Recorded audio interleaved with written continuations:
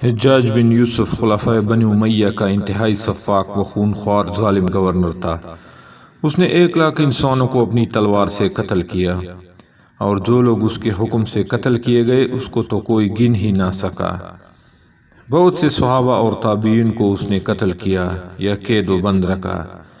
حضرت خواجہ حسن بصری رحمۃ اللہ علیہ فرمایا کرتے تھے کہ اگر ساری امتیں اپنے اپنے منافقوں کو قیامت کے دن لے کر آئیں اور ہم اپنے ایک منافق حجاج بن یوسف ثقفی کو پیش کر دیں تو ہمارا پلہ بھاری رہے گا۔ حجاج بن یوسف جب کینسر کی خبیث بیماری میں مرنے لگا تو اس کی زبان پر یہ دعا جاری ہو گئی۔ یہی دعا مانگتے مانگتے اس کا دم نکل گیا۔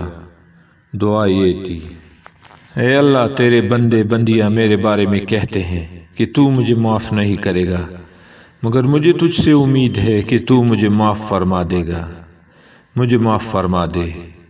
خلیفہ عادل حضرت عمر بن عبدالعزیز رحمۃ اللہ تعالیٰ کو حجاج بن یوسف کی زبان سے مرتے وقت یہ دعا بہت اچھی لگی اور ان کو حجاج کی موت پر رشک ہونے لگا۔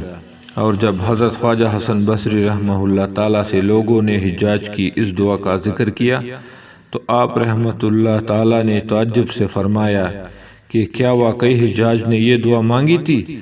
لوگوں نے کہا جی ہاں، آپ نے یہ دعا مانگی تھی۔